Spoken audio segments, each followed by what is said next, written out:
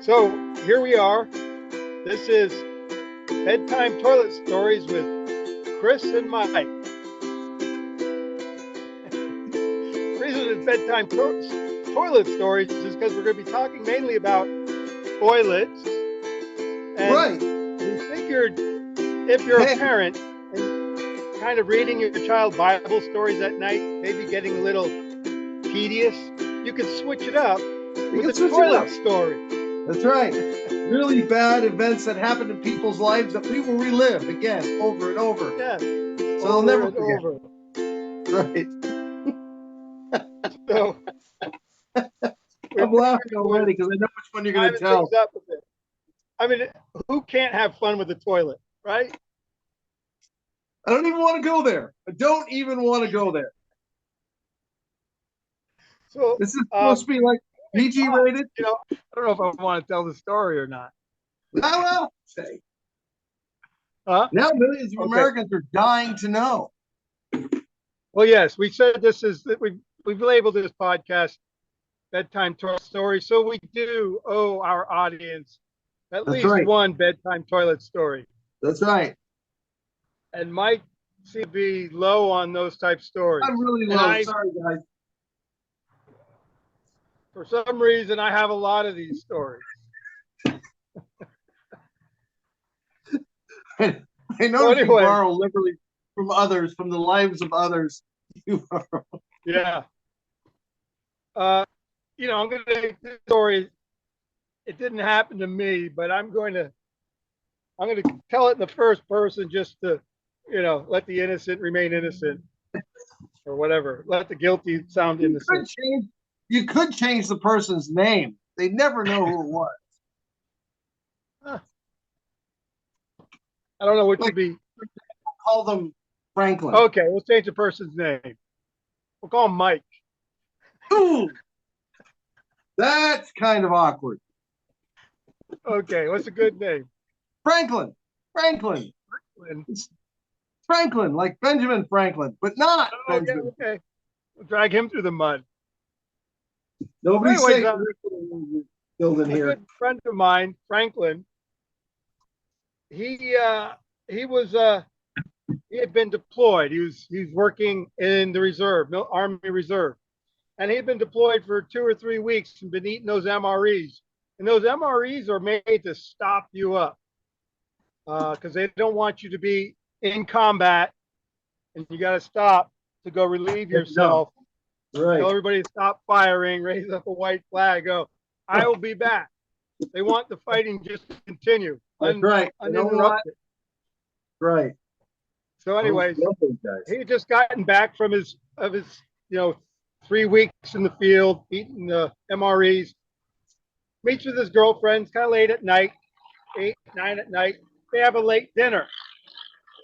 And it's obviously the first place you want to go after being to the greasy hamburger joint. So they go to the greasy hamburger joint, have a few greasy hamburgers, and then he's going to head home. And it's like a 2-hour drive.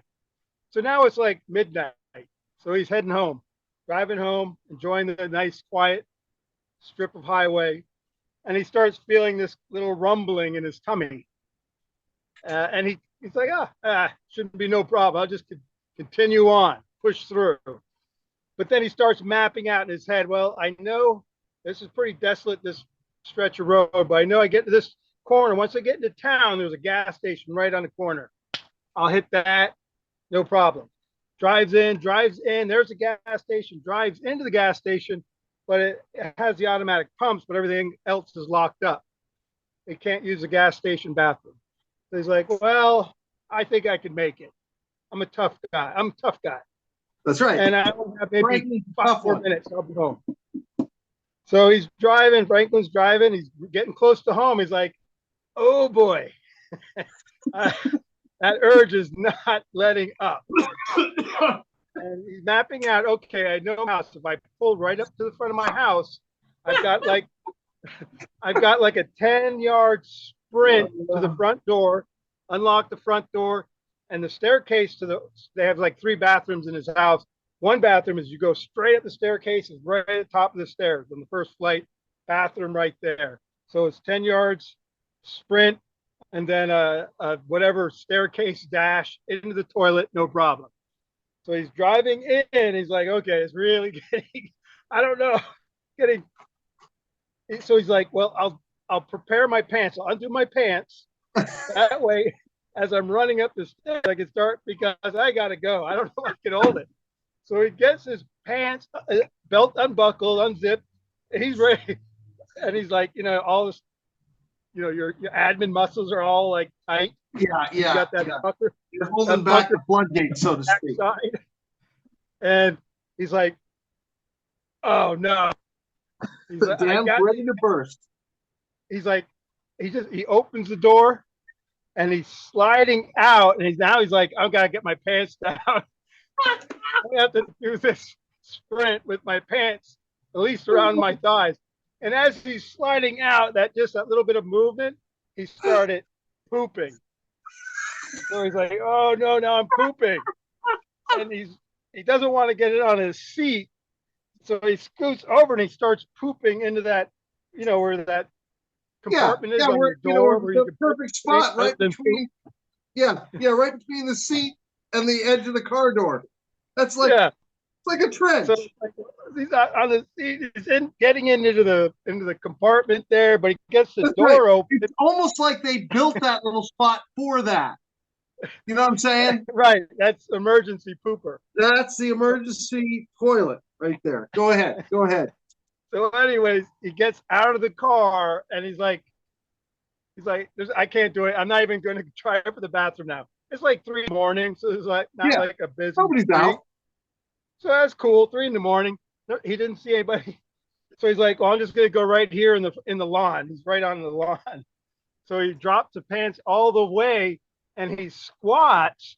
And then he realizes his truck, he didn't put it in park, and it starts driving down the street without him in it.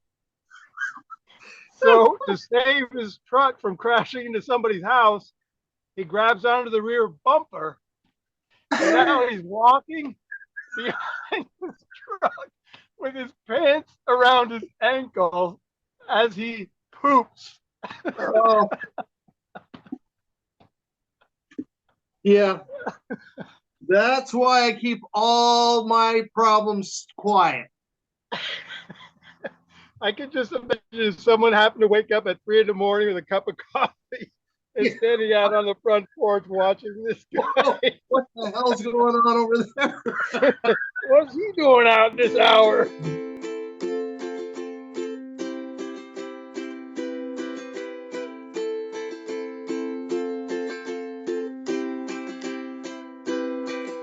All right, signing off. It's been wonderful, as usual. Earth. What's that? What? Read instructions before leaving Earth. That's right. Oh, of course. Yes, please do. So important. So important. All right, Chris. Live long and prosper. Adios, amigo. All right. All right. Let's do. Here. Is that right?